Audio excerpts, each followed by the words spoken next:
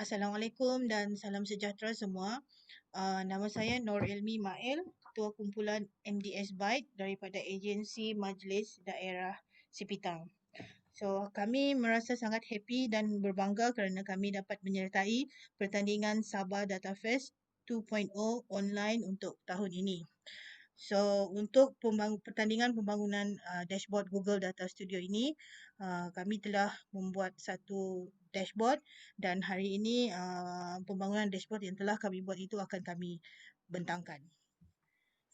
Okey, pembangunan dashboard Google Data Studio ini, sebelum kami membangunkan dashboard ini, ada 3 persoalan penting yang perlu difikirkan untuk kita sebelum kita membuat analisis. Pertama sekali, apa yang kita nak buat. Kemudian, kenapa kita nak buat dan bagaimana kita nak buat. So, dalam konteks dashboard yang ingin kami bangunkan ataupun yang telah kami bangunkan, pertama sekali saya memikirkan bahawa dashboard tersebut haruslah mempunyai fungsinya yang secara berterusan. Maknanya bukan semata-mata untuk pertandingan ini. Jadi konteks yang ingin kami jadikan sebagai dashboard itu adalah sesuatu konteks yang memberi manfaat secara berterusan. Kemudian kenapa? Kenapa? Why? So why dalam konteks dashboard yang ingin kami bangunkan ini, uh, sebagai sebuah agensi pihak berkuasa tempatan, kami adalah tertakluk kepada ahli-ahli majlis di mana setiap bulan kami perlu bermesyuarat untuk melaporkan apa jua aktiviti yang berlaku di majlis daerah Sipitang ini. Jadi mesyuarat-mesyuarat ahli majlis ini dia ada pelbagai jenis. Antaranya mesyuarat jawatan kuasa pelesenan, mesyuarat jawatan kuasa keuangan, mesyuarat penuh, jawatan kuasa penguatkuasaan dan sebagainya. Jadi di mesyuarat ini kami perlu memberi laporan yang terperinci tentang apa-apa aktiviti ataupun kerja-kerja yang kami lakukan bagi sesuatu tempoh. So kerja-kerja ini memerlukan sistem pelaporan yang lengkap, yang padat dan juga yang efisien dan juga mudah didapati. So ini adalah sebab-sebab ataupun the reason why we thought yang apa yang dashboard kami buat ini memberi manfaat yang baik kepada kami. So how are we going to achieve it? Of course daripada data. So dashboard tidak akan dapat dibangunkan sekiranya data yang kita ada itu limited ataupun tidak tidak optimum untuk diubah suai ataupun untuk dimanipulasi. So bagi dashboard yang akan kami bangunkan ini, kami memilih satu konteks yang mempunyai data yang banyak. Bagi konteks yang kami pilih ini, untuk data sahaja kami ada 11 data. 11 data ini, satu daripadanya kosong kerana belum ada permohonan ataupun belum ada pemprosesan, dan daripada 11 ini jadi 10 kerana satu kosong, dan daripada 10 ini kami olah sehingga menjadi data yang ke-11 ataupun data yang final data untuk kami gunakan di dalam Google Data Studio Dashboard. Okey, so seterusnya saya akan menerangkan serba sedikit mengenai projek kami secara keseluruhannya. So secara keseluruhannya projek kami bertajuk licensing analysis. So daripada data-data yang kami dapatkan ataupun sediakan dan membuat rumusan, so kami memberi tajuk dashboard itu sebagai licensing analysis. Dan tujuan dashboard ini ataupun tujuan projek ini adalah untuk menjana data-data pelesenan mengikut hari, minggu, bulan atau tahun secara serentak. So data-data yang akan dapat dijana daripada dashboard ini ialah seperti jumlah lesen yang dikeluarkan mengikut jenis, top 5 pengeluaran pada satu-satu masa, pendapatan pelesenan mengikut jenis, top 5 pendapatan pelesenan pada satu-satu masa, peratus lesen yang dikeluarkan mengikut jenis, demografi pemilik lesen dari segi pecahan jantina, pecahan umur, lokasi dan seterusnya. Dashboard ini juga akan memaparkan ataupun menjana data-data senarai pemilik lesen yang mempunyai tunggakan. Seterusnya dari segi manfaat projek ataupun manfaat dashboard ini adalah untuk menunjukkan prestasi pelaksanaan Majlis Daerah Sipitang secara langsung, secara keseluruhan at our fingertip. Maknanya klik saja terus dapat maklumat. Dan selain itu, data yang kami paparkan di dalam dashboard ini juga adalah data yang komprehensif, iaitu mengikut hari, minggu, bulan atau tahun.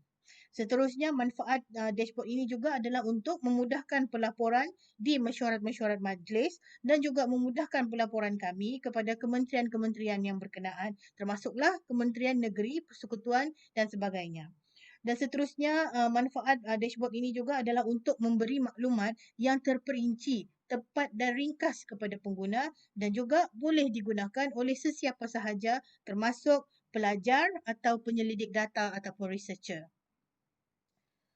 Seperti yang saya sebutkan sejak awal-awal lagi, kumpulan sasar bagi dashboard kami ini adalah tidak terhad kepada kami sahaja, tetapi juga kepada ahli-ahli Majlis Daerah Sipitang, kepada pihak pengurusan atasan, kepada kementerian kami iaitu Kementerian Kerajaan Tempatan dan Perumahan Sabah, semua pihak berkuasa tempatan di Malaysia, agensi kerajaan negeri yang berkepentingan, agensi kerajaan persekutuan yang berkepentingan dan juga orang awam yang berkepentingan.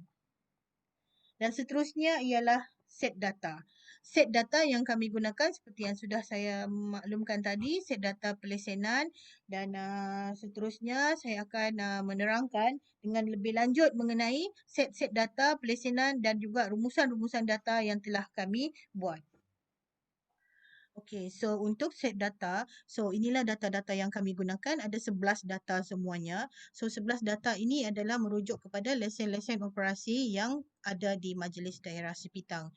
So daripada 11 lesen operasi ini, ada satu lesen operasi yang kami labelkan sebagai kosong ataupun merah, saya tandakan sebagai merah. Ini adalah kerana tidak ada permohonan pada tahun ini, so tidak ada data bagi lesen operasi ini. So daripada 11 data perlesenan yang kami ada, hanya 10 yang boleh digunakan pakai dan 3 daripadanya telah kami upload ke data.gov.my yang mana saya labelkan sebagai warna biru dan ada nombor, ada URL-nya sekali di dalam skrin tersebut. So inilah data-data yang kami gunakan untuk dashboard kami. So daripada data ini, kami manipulasikan data ini untuk menjadi satu data utama yang digunakan sebagai data resource, data source di dalam kami di dalam dashboard kami. So data source kami ini, bagaimana kami memanipulasikan daripada 11 data daripada 10 data ini adalah sebagai contoh, daripada nombor IC kami dapatkan umur. Daripada umur itu kami bahagikan lagi kepada range umur. So inilah contoh-contoh manipulasi data yang kami buat. So saya juga ingin menyentuh sedikit tentang design dashboard ini, di mana proses bagaimana kami mendapatkan design yang sedemikian sebagai contoh yang terpapar di skrin sekarang ni. Inilah lakaran awal sebelum saya menentukan design dashboard tersebut. Jadi ini lakaran awal. So ini lakaran yang kedua. Di sini saya kami sedang kami di sini bagaimana kami mencambahkan idea. So seperti yang tertera di skrin, graf tu letak sini, pi letak sini, umur semua tu letak di mana. So ini step-step yang macam mana we come up with the design lah. So this is how we come up with the design. Ini hampir-hampir, ini sewaktu design tu hampir-hampir finalize. Ini pun masih ada lagi yang diubah-ubah. Okay, so saya suka juga untuk masukkan ini di dalam presentation ini because this is a very valuable punya memorabilia lah untuk kami because this is actually macam mana dashboard ini terbentuk. Datang daripada lukisan-lukisan ataupun coretan-coretan di kertas sahaja sebegini. So selepas tulis di kertas, akhirnya lukis lagi di komputer. So this is actually the final design that we come up with. So inilah design bagaimana design yang saya cuba buat untuk dashboard ini. So this is how the design develop. So this is actually the finalized design. Tapi akhirnya kita punya dashboard tu ada berubah sikit jugalah. Tidaklah ikut kepada ini sangat. Tapi this is how our design board looks like. Okay, so untuk dashboard kami. So inilah dashboard kami. So secara kasarnya pandangannya begini. So this is our dashboard. So seperti mana yang telah saya maklumkan, tujuan projek dashboard kami ini adalah untuk menjana data-data pelesenan. So data-data pelesenan yang ingin kami jana, kami mahu dia dijana secara serentak. Jadi maknanya sekiranya kami mahu data untuk sekian-sekian minggu, sekian-sekian bulan dan sekian-sekian tahun, maka data itu kami akan perolehi at our fingertip dengan menggunakan dashboard ini.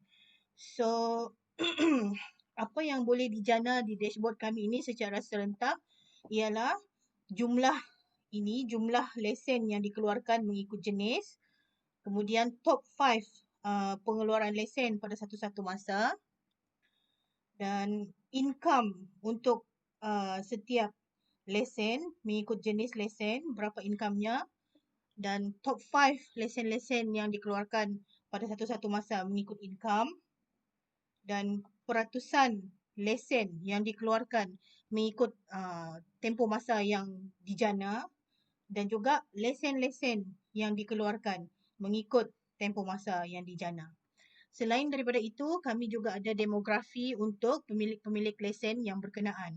Demografi ini telah kami rumuskan kepada 3 perkara utama, iaitu jantina dan juga had umur dan juga lokasi. Jadi maksudnya kita boleh tahu untuk setiap tempoh masa itu berapa pemilik lesen perempuan, berapa pemilik lesen lelaki dan apa umur mereka dan di mana mereka berada. So, saya akan jelaskan page ini dulu. So, sebagai contoh, apabila kita memilih last month, iaitu bulan Julai. So, inilah data untuk bulan Julai. So, pada bulan Julai, kuantiti lesen yang dikeluarkan adalah seperti ini. Mengikut kategori lesen. Ini yang biru ni adalah kategori lesen. Lesen FEP, lesen off, lesen MKTS dan lesen laundry. Berapa jumlah yang dikeluarkan. Dan berapa top 5 untuk lesen yang dikeluarkan pada tempoh masa ini. Begitu juga dengan pendapatan. So daripada pandangan the big picture, daripada muka surat ini sahaja kita boleh nampak pandangan ataupun prestasi pelesenan itu secara keseluruhan. Dan di sini kita boleh tengok lesen-lesen yang kita keluarkan untuk bulan Julai. Apa sahaja lesen yang untuk bulan Julai? Maknanya ini sahaja lesen yang dikeluarkan untuk bulan Julai. FEP, bagi contoh FEP, lesen food and eating premises. So ini FEP, ini FEP dan ini FEP. So ini pula adalah percentage lesen yang dikeluarkan pada bulan Julai tersebut. Sebagai contoh, contohnya 4 lesen ini, so inilah percentage-nya. Begitu juga dengan demografi pemilik-pemilik lesen yang berkenaan. Dalam bulan Julai tersebut, berapa pemilik lesen perempuan, berapa pelesen lelaki, apa umur mereka dan di mana lokasi mereka. Sebagai contoh lokasi, bila kita klik di sini, klik yang kuning ni menandakan banyak. So di sini ada lisensi 10 orang. Dan ini Beaufort Sabah, lisensi 1 orang.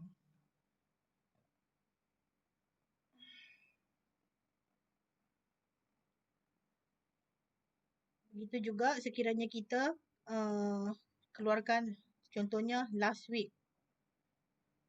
So, dashboard ini secara automatik akan mengeluarkan data pada minggu lepas sahaja. So, ini semua adalah data-data untuk last week sahaja. Secara automatik. Selain daripada perkara-perkara ini, kami juga memikirkan untuk menyenaraikan nama-nama penghutang-penghutang ataupun orang-orang yang mempunyai tunggakan pelesenan mengikut bulan di tempat kami. Boleh lihat di page yang kedua. So, ini juga akan di-generate secara automatik. Sebagai contoh, kita ambil data untuk this year to date.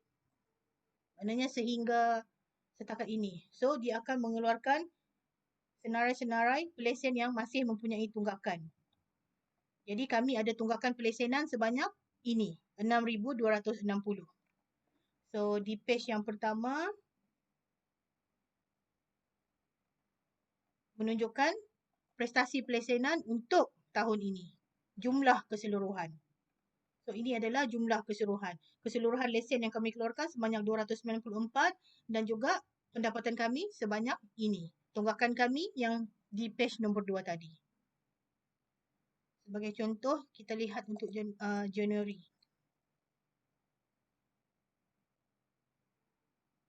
So, akan keluar data untuk Januari sahaja.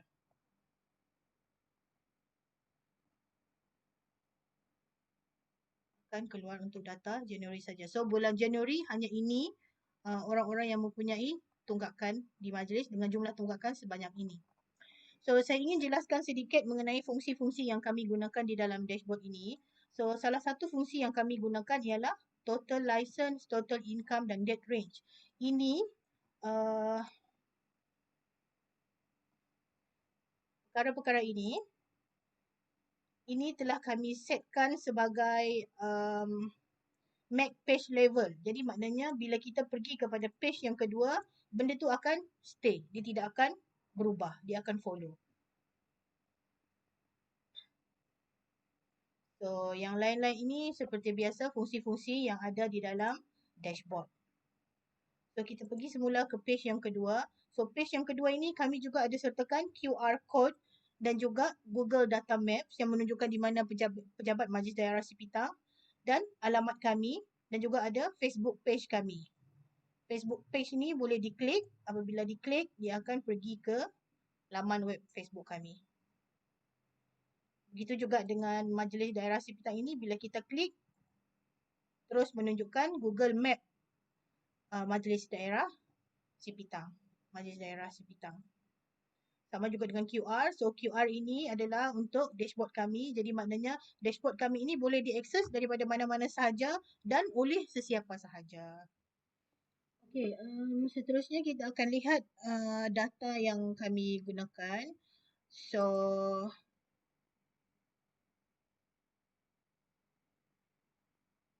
ini adalah senarai-senarai data yang kami gunakan.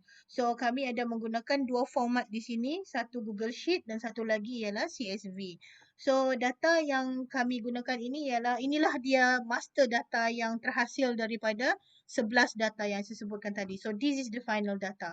So, final data ni kenapa ada 3? Okey, yang final data yang pertama, apabila kami,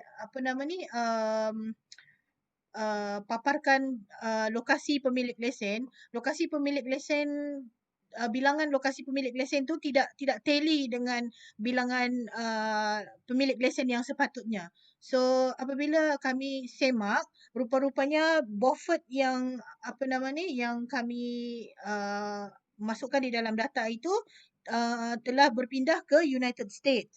So, untuk data tersebut kami ubah yang bahagian daerah tu saja, jadikan sebagai Beaufort Sabah dan kami save untuk yang kedua. So, itu yang ada data yang kedua. Yang kedua ni maknanya kami ubah data untuk Beaufort saja. Saya bagi contoh di sini. So, di sini ini data yang actually nama file ni semua sama. So, it's very hard for me to prove that the data is different. Tapi from here pun memang dah nampak lah. Daripada sini pun memang dah nampak lah. Di sini. Yang ada satu chart ni, either one ni, itulah yang kami ubah.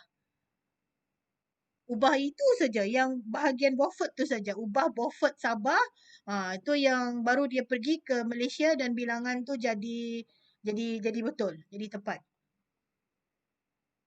So, kita generate data for this year.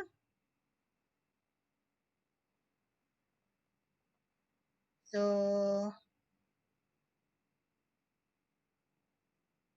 that's why Beaufort ni ada tulis Beaufort Sabah. Yang lain-lain tiada tulis Sabah. That is why it become yang sebegitulah.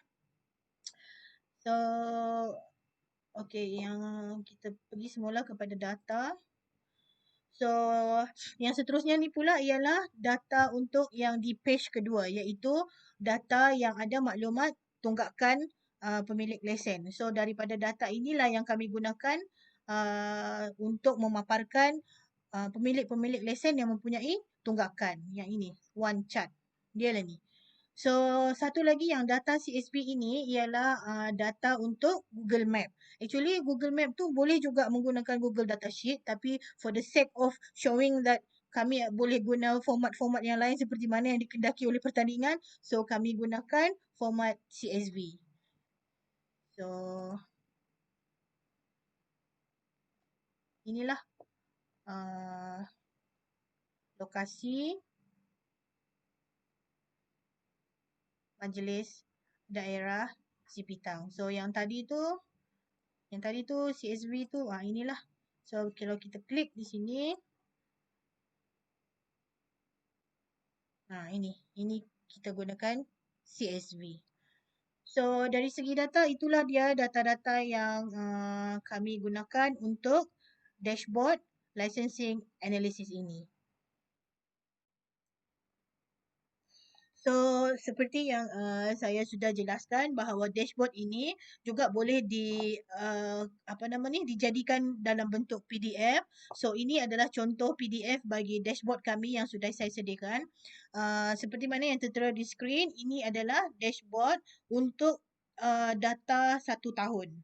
January 1st until 31st of August. So, ini adalah muka surat yang pertama.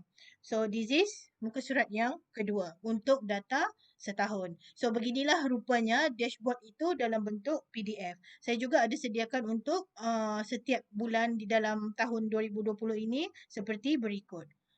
Okay, ini untuk January, page 1. Ini page 2, January. So, ini page 1, February. Ini page 2, February. Dan seterusnya, March. March tidak ada orang yang ada tunggakan. That's why the spot, the box over there is empty because tiada yang ada tunggakan. So April dengan Mei kami tidak ada data because pejabat kami tutup PKP. So kami teruskan dengan Jun.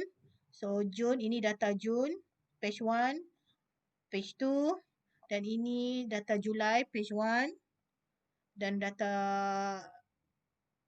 ini data Julai page 1, page 2, August page 1, dan August page 2.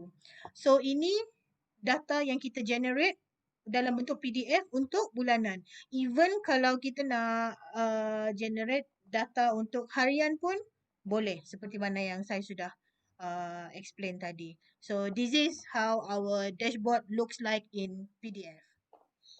Okey, sebelum saya mengakhiri pembentangan saya pada hari ini, so saya akan buat recap sekali lagi mengenai dashboard licensing analysis yang telah kami bangunkan. So daripada page pertama ini kita ada maklumat mengenai quantity by license. Maknanya ini adalah kuantiti untuk setiap lesen yang kami ada mengikut jandaan maklumat yang diperlukan. So ini adalah top 5 lesen-lesen yang dikeluarkan mengikut kuantiti, mengikut based on the date range yang diperlukan. Walaupun di sini kami katakan sebagai top 5, tapi kadang-kadang ada bulan-bulan yang tertentu hanya 2 saja jenis lesen yang ada di pohon oleh orang awam. So dia tidak akan keluar 5 lah, dia keluar 2. So top 5 ni saya sengaja buatkan top 5 supaya kalau untuk secara tahunan itu because kami ada 11 lesen semua. So top 5 meaning separuh lah. So ini income.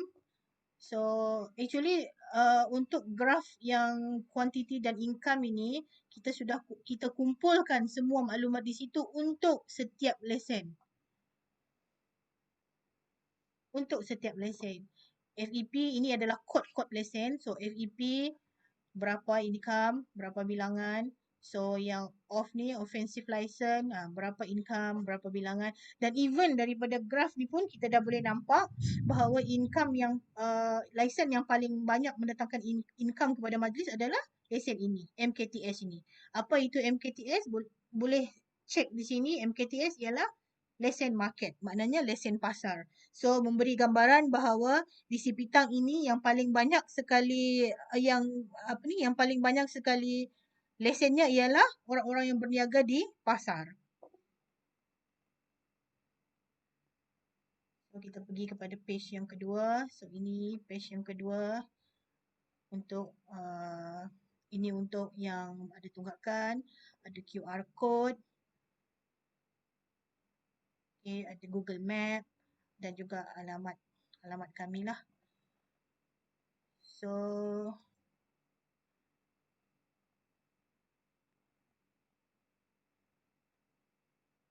ini demografi dan ini lokasi. Setiap titik-titik ni kalau kita move the cursor to the titik, kita akan nampak. Okay, di Beaufort ada berapa orang Beaufort yang ada lesen majlis daerah Sepitang. Di Tenem ada berapa yang ada lesen majlis di Sepitang. Macam itulah. So this is our dashboard. Inilah design dashboard ataupun inilah kami punya final product of the dashboard yang mana akan kami gunakan sampai bila-bila dan juga boleh di-share oleh sesiapa-sesiapa sahaja bagi mendapatkan maklumat-maklumat yang berkenaan. So kami berharap dashboard ini akan memberi inspirasi lah juga kepada PBT-PBT yang lain supaya boleh mendapatkan ataupun boleh mewujudkan dashboard mereka masing-masing.